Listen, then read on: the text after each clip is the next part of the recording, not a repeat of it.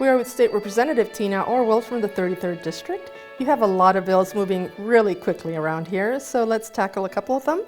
The first one, 1637, it is titled Unclaimed Property Fees, but that's not very clear. What does this bill do? Well, that is a very important bill. I've been working closely with the Attorney General and other stakeholders really on consumer protections. We know in our state we help a lot of people stay in their homes that are at risk of foreclosure, but some do go to foreclosure sale.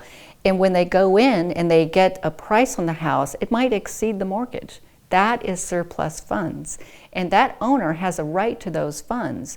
But sometimes companies come in and they say, we're going to help you get those funds. And they'll charge 40, 50, 60%. Well, for someone that has $200,000 of equity, they're losing a huge amount of money. So the bill caps it at 5%, and it has big sanctions for any of these companies that come in and try to prey on these homeowners who sadly are already in a very difficult spot. Next, I want to ask you about House Bill 1300. Now, this is assisted reproduction fraud. There's fraud in assisted reproduction. Talk to us about this bill.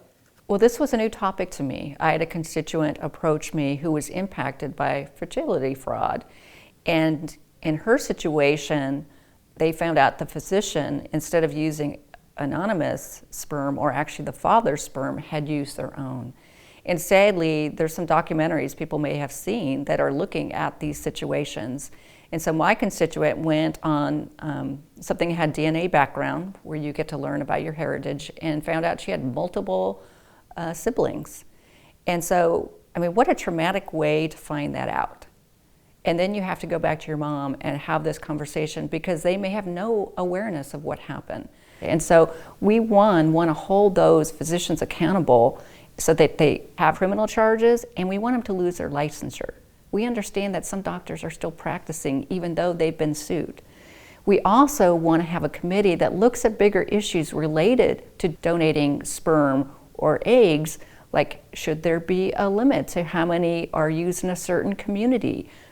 Should it be anonymous or not? What happens if someone doesn't disclose their medical records? So we want to look at this more carefully. We think it's an important area to have some regulation and consumer protection.